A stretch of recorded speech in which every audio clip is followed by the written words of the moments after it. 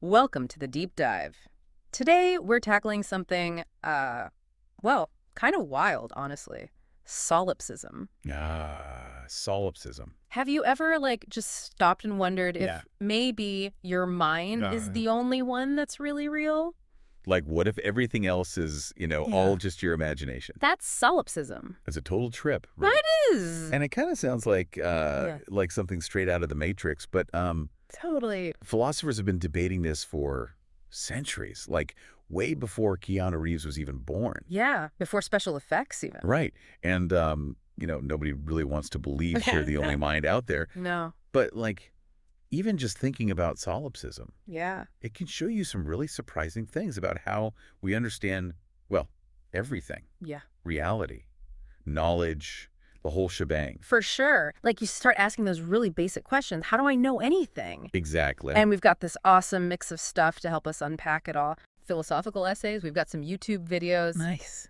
even a cartoon analogy. So we're covering all the bases here. Love it. That's what makes this deep dive so cool. We can level up your understanding, not just as solipsism itself, but, Yeah. consciousness, perception, Mm. the whole nine yards. Let's kick things off with one of the OGs of philosophy, right? Rene Descartes. That's He's got that famous quote, "I think, therefore I am." I think, therefore I am. Such a banger. It is, but what most people don't get is Yeah. how he actually got to that idea. Right, It right. all started with him trying to doubt everything. Oh, yeah. Descartes was all about that methodical doubt. He wasn't trying to be like a pain or anything. Yeah. He was trying to find a solid foundation for Yeah. knowledge. Imagine you're trying to build a house, Okay. but the ground keeps shifting and cracking beneath you. Oh, that's not good. No. Descartes was trying to find that bedrock of certainty that you could build everything else on top of. So how do you get from doubting everything to Mm. "I think, therefore I am"? Seems like a pretty big leap. It is a big leap. Uh-huh. But if you think about it, even if you're doubting every single thing, even your senses, there's one thing you can't doubt. What's that? The fact that you're the one doing the doubting, the very act of doubting proves that you, as a thinking being, have got to exist. Whoa, okay. Okay. I think I see it. It's like, even if I'm being totally tricked about the world, the fact that I'm experiencing that trick, even if it's all fake, means there's got to be a me in there somewhere, right? Yeah, you got it. Okay. And here's where it gets really solipsism-y, right? Yeah. Because Descartes realized, whoa, if the only thing I can be absolutely sure of is my own mind, how do I know anything else is actually out there? Yeah, if you follow that logic all the way down, you totally could end up thinking, maybe it's all just me. Everyone else is just part of this elaborate daydream I'm having. And that's exactly the kind of thought experiment solipsism makes us do, confronting that, mind-blowing possibility that everything we think of as the outside world might just be our own minds doing their thing. You know, it's funny you keep bringing up the Matrix because it really is the perfect analogy here. It's a great one. Those characters think they're living real lives, Yep. but it turns out to be a computer program, right? Oh, yeah, totally. And actually, Descartes used a pretty similar analogy way back when. Oh, did he? Instead of computers, though, he was thinking about dreams. Dreams. Makes sense. Have you ever had one of those dreams that felt so real? Oh, yeah, for sure. You wake up and you're like, wait, what is reality? Totally. You're disoriented for a minute. Yeah. And that's the kind of thing Descartes was grappling with, right? Mm-hmm. If our senses can totally fool us in dreams, how do we know for sure they're not fooling us all the time? Yeah. It's Yeah. how do you know you're not dreaming right now? Right? It's like that whole brain in a vat scenario. And that line of thinking opened up this whole can of worms for philosophy. Oh, reality, knowledge, the whole deal. Heavy stuff. So Descartes figured out that I think, therefore I am. Right. But how did he go from there to actually believing in a world outside his own head? Yeah, good question. It's he kind of painted himself into a corner there, right? Yeah, he did. And his solution was, kind of controversial, Oh. even back then. He said, basically, God being all good and all powerful, right, wouldn't trick us into believing in a world that wasn't real. So for Descartes, God was like the bridge between his own mind and the rest of reality. Yeah, you could say that. But isn't that kind of a cop-out? Yeah. Just bringing in God to solve the problem. It does feel a little bit like that. Seems more like faith than logic. And a lot of philosophers, even back then, would agree with you. They weren't buying it. And it's one reason why solipsism, keeps coming back. Because if you can't use God to guarantee that the world is real, how do you actually know it's not all in your head? Seriously, mind-blowing. And even if we put aside the whole external world problem, Yeah? solipsism brings up another massive issue: What's that? other minds. Oh, right. How do I know for sure Yeah. that you're not just some like super advanced robot, Whoa, hold on. perfectly mimicking a human, but without any actual thoughts or feelings? Ooh, that's deep. Right. That's the problem of other minds, and it's a doozy. Especially for empiricists, those folks who believe all knowledge comes from our senses, right? Right. So for them, proving other minds exist is a real head scratcher. Yeah, because if all you have is your own senses to go by, how do you make that leap to knowing that other people have their own inner worlds? Right. Like, you can see them move and talk, but who's to say it's not all just an act? Right. Like, how do you know there's anyone home behind those eyes? One of the sources had this cartoon analogy that really helped me picture this. Imagine you're a cartoonist trying to draw an angry table. An angry table. You'd have to give it those human features, like furrowed brows, maybe a little clenched fist, Yeah. just so we'd understand it was angry. That's a great point. It shows how much we rely on seeing human stuff to understand minds. Like, we're hardwired to look for facial expressions, body language, all that, to figure out what's going on in someone's head. So even though we can't, directly experience someone else's thoughts, we Yeah. use those external cues to guess, right? It's almost like we're reading a social script all the time. A script, yeah. And that brings up another interesting thing. What's that? If we only understand other minds through these, external signs, are we just relating to them as, abstractions? Not the real deal, but our own version of them. One of our sources, Chris Basha, Oh, right. he was exploring that very idea in his article, and he used this metaphor of the mind as a screen. A screen, huh? And all the info from the outside world gets projected onto it. So every person, every memory, every idea, it's all an abstraction created by our own minds. Which sounds a lot like solipsism. Totally. If everything I know about you is just a projection of my own mind, how do I know you're even real in the first place? Right, right. Trippy stuff. It's a slippery slope for sure. Basha, he actually talks about this directly, and he makes this distinction between two kinds of solipsism: Two kinds. metaphysical solipsism Okay. and epistemological solipsism. Can you break that down for me? So, a metaphysical solipsist, they flat out deny anything exists outside their own mind. Whoa. It's all a big imagination, right? Yeah. Basha, though, he kind of leans towards the epistemological kind. Okay. This one says, maybe we can't know the external world or other minds directly, but that doesn't mean they don't exist. It's more about the limits of our knowledge, not necessarily denying reality itself. So it's like saying, I can't prove you're real, but I'm not going to assume you're a figment of my imagination either. Exactly. Good way to put it. And that difference, it gets really important when you start thinking about the ethics of solipsism. Right. Like Basha points out, if we were all just his imagination, Right. there'd be nothing stopping him from, hurting someone, Yeah. because there'd be no real consequences. Oof, that's pretty dark. Yeah, it is. But he totally rejects that whole idea. Good. Because it goes against his sense of empathy and his belief that other people's pain is just as real as his own.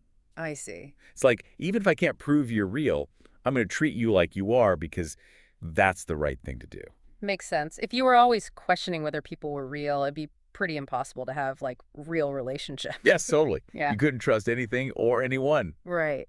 So we've got Descartes with his doubts, Basha navigating this epistemological solipsism. Right. And now we got to bring in another big name, George Berkeley. Oh, Berkeley. He was a trip. I've heard he had a pretty unique take on reality. He did. Berkeley was an idealist. And I don't mean the kind of person who's always optimistic. Yeah. I mean idealist in the philosophical sense. He believed that only minds and their perceptions are actually real. Wait, so for Berkeley, if a tree falls in the forest and no one's around, it doesn't make a sound. Whoa. Or even crazier, the tree doesn't even exist unless someone's looking at it. You got it.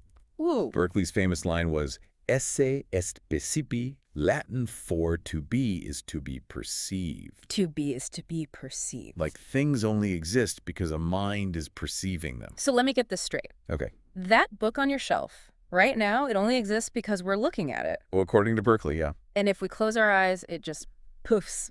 Gone. That's insane. Definitely a wild idea. But think about it. Yeah. How do you really know that book is still there when you're not looking? I guess I just assume it is. But really, all I have is the memory of seeing it before I close my eyes. And memories can be wrong, right? Right. And Berkeley's point is that we can only experience the world through our perceptions. We can't be constantly watching everything to make sure it's still there when we're not paying attention. So he's saying our perceptions, they're like the foundation of reality itself. Pretty much, yeah. This is hurting my brain, but in a good way. Good. It means you're thinking about it. Okay, but how does this connect back to the Matrix? Oh, that's a great question. Remember how in The Matrix, the characters realized that what they thought was real wasn't. It was all a simulation. Berkeley's kind of doing the same thing. He's asking us to question what's really real and consider that our senses might not be giving us the whole picture. So both the Matrix and Berkeley, they're saying, don't trust your eyes, man. What you see might not be what's actually going on. Yes, exactly. There might be more to reality than meets the eye, or in Berkeley's case, more to reality than meets the mind. Okay, so we've got Descartes, Basha, and now Berkeley. All these brilliant minds playing around with this idea that maybe our minds are the ultimate reality makers. But Berkeley, even though his ideas are pretty out there, he wasn't a full-blown solipsist, right? He did believe in other minds and in God, which kind of held everything together for him. Yeah, that's right. He wasn't saying we're all trapped in our own little bubbles, Mm-hmm. but his work definitely gets you thinking in solipsistic ways. So we've got doubt, we've got perception. Are you seeing a pattern here? Definitely. We've seen how these guys all struggled with this idea that maybe, just maybe, it's all in our heads. Yeah. But now it's time to bring in a total heavyweight, someone who pushed back against all this solipsism stuff, Ludwig Wittgenstein. All right, let's hear what Wittgenstein has to say. I've heard he can be a bit tough to follow. He can be, yeah, but trust me, his insights on this are super valuable. Okay, I'm ready. Bring on Wittgenstein. All right, let's do it. Because understanding his perspective is, like, crucial for moving past those limitations of solipsism and seeing how we're all connected in this thing called life. So we've seen how these big brains in philosophy, like, totally wrestled with this idea of solipsism. Descartes with his doubts, Basha and his epistemological solipsism, Berkeley saying to be is to be perceived. Yeah, it's been a wild ride so far. It has. But now let's switch gears and see what Ludwig Wittgenstein has to say about all this. Okay, bring on Wittgenstein. You mentioned he has some pretty strong counter-arguments to solipsism. He did. And one of the most interesting things about solipsism is, like, what does it even mean for how we act, for ethics? Oh, right, yeah. Like if you really believe you're the only mind that exists, why bother being good at all? Exactly. What's the point of morality if everyone else is just like a figment of your imagination? It seems like it could lead to a pretty selfish way of living. Like, hey, if everyone else's pain isn't real, only mine matters. Yeah, it's one possible outcome. A solipsist might say, well, since no one else's suffering is real the way mine is, I don't have to care about them. Yikes, that's a slippery slope. Could be used to justify some pretty bad stuff. Totally. But solipsism, it can also lead to this other, equally messed up conclusion, moral nihilism. Nihilism, isn't that like the belief that nothing matters? Like there's no good or bad because it's all ultimately meaningless. Exactly. If the whole of reality is just your mind's creation, then stuff like moral values, social rules, even ideas of good and evil, they could all seem pointless. So a solipsist could go one of two ways: super self-centered or totally rejecting morality. It's weird, right? Solipsism throws up all these huge ethical questions, but doesn't give you any easy answers. It makes you really think about where your own sense of right and wrong comes from. Yeah, it's like solipsism is holding up a mirror to your own morality and asking, hey, if it was all a dream, how would you act? I love that. That's a great way to put it. So let's bring Wittgenstein back into this. You said he's got these counter-arguments. How does he deal with the ethics of solipsism and the whole idea of being trapped in our own minds? Okay, so one of Wittgenstein's most famous arguments is called the private language argument. Private language argument. All right, lay it on me. Imagine you invented a language that only you understood. Okay. What good would it be? Well, not much use. The whole point of language is to, like, talk to other people. Right. Wittgenstein's saying that for language to even be language, it has to be shared. If it's truly private, only one person gets it, it stops being language at all. So because we do have language and we Yeah. use it to communicate, that means other minds have to exist. That's one way to interpret his argument, yeah. He's basically saying that the very fact that we have language with shared rules, shared meanings, all that, it points to us sharing a world with other thinking beings in it. So even asking something basic like what's for dinner is kind of like proof that other minds are out there. I like the way you think. Wittgenstein argues that how we think is totally bound up with the social world we live in. We learn language from others, we use it to connect with them, to understand the world together. Okay, so that's the private language argument. It suggests that shared language means shared minds. But does Wittgenstein have other ways of tackling solipsism? He does. He's got this other thought experiment, the beetle in a box analogy. Oh, I love a good thought experiment. So picture this. Everyone has a box, right? And they all say there's a beetle inside. But here's the thing. No one can look inside anyone else's box. So we're all running around with these boxes saying there's a beetle in there, but we have no idea if it's the same beetle or even if there's a beetle at all. Exactly. And Wittgenstein's point is, even though we can't peek into each other's boxes, the word beetle still has meaning. Why? Because it refers to something in our shared experience. So even if my beetle is totally different from yours, or maybe not even a beetle, we can still talk about it because we kind of agree on what the word beetle means. You got it. And that shared understanding, for Wittgenstein, it's like essential for language to work at all. It's not about whether we all have the same beetle. It's about the fact that we can use the word beetle and know what we're talking about. It connects to something in the world we all share. This is making my brain do gymnastics. Wow. So Wittgenstein's saying that even if our inner experiences are totally different, we can still talk because language itself is grounded in a shared reality.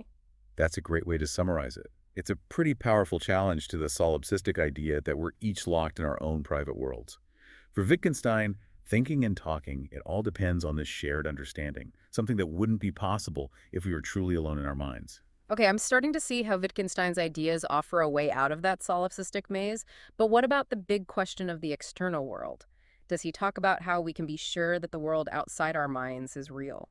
That's a great question, and it takes us into Wittgenstein's later work, where he focuses on how language shapes our understanding of reality. All right, let's dive into Wittgenstein's later work and see what he has to say about the nature of reality itself. So we've been on this intense philosophical journey, right? Trying to wrap our heads around solipsism. We've got Descartes and his doubt, Chris Pasha talking about knowing other people is just abstractions, Right. and Berkeley saying to be is to be perceived, which is still messing with me, honestly. It's a mind bender for sure. And then there's Wittgenstein with his arguments about how language shows that other minds exist. Right, shared language, shared world. But I still keep coming back to this question. How can we really be sure that the world outside of our minds actually exists? It's the ultimate question, isn't it? And honestly, it's one that's been bugging philosophers for ever. Yeah. What solipsism does, though, is it shows us the boundaries of what we can know. There might just be some questions we can't answer for sure. So are we just stuck forever wondering if the world is real or not? Not necessarily.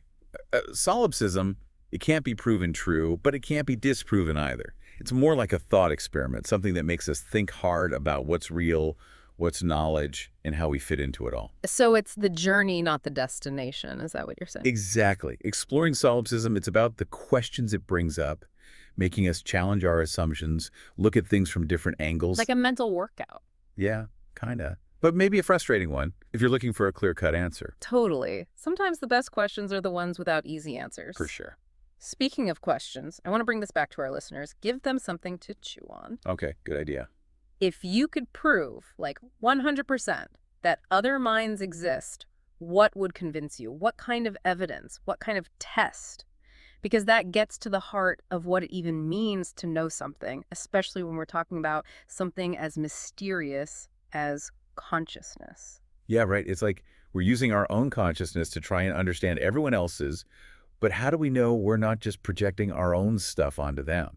We can't just crack open someone's head and look at their thoughts. Nope, definitely not. So if our senses and logic can't get us there, what else is there? One source we looked at, they were talking about a technological solution. Oh, interesting. What if we had a machine that could, measure consciousness? Like a consciousness detector. Yeah, it sounds kind of sci-fi, but what if neuroscience got to the point where we could pinpoint, the exact brain activity that equals consciousness?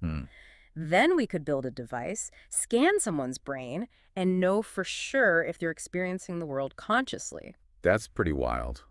But even if we could build that, wouldn't there still be doubts? What if the machine is just picking up on something that looks like consciousness, but isn't the real deal? What if it's just a super convincing simulation? You're right. It's tough to imagine a test that would be totally foolproof. So maybe the answer isn't in some machine or external test, but something more like internal, something about how humans interact. Okay, yeah, I see where you're going. One of our sources talked about empathy and shared experiences as like evidence for other minds. Right, like those moments when you connect with someone so deeply, you feel like you really get them. Their happiness is your happiness, their sadness is yours too. Like you're on the same wavelength. Totally. Those moments where you're like reading each other's minds almost. Those are hard to explain if we're all just alone in our heads. It points to something more, something shared, a reality of feeling and experience that we're both a part of. It makes me think of that famous thought experiment. What is it like to be a bat? Oh, yeah, by Nagel, right. Yeah. Yeah. He was saying how impossible it is to truly understand the experience of another being, even something as different from us as a bat. And his point is, even if we can't fully grasp someone else's inner world, that doesn't mean their experiences are any less real. So maybe the best proof of other minds isn't science or philosophy, but just recognizing and respecting how other people experience the world, saying, hey, even if I can't fully know what it's like to be you, your inner world is just as important as mine. I love that. It's a powerful idea and a really hopeful one. Even though we might never have a definite answer about solipsism, it doesn't mean we should stop trying to understand. As we've seen today, asking these big questions can open up new ways of thinking and help us appreciate just how complex and amazing human experience really is. Yeah, well said. I think that's a great place to leave it. Thanks for joining us on The Deep Dive.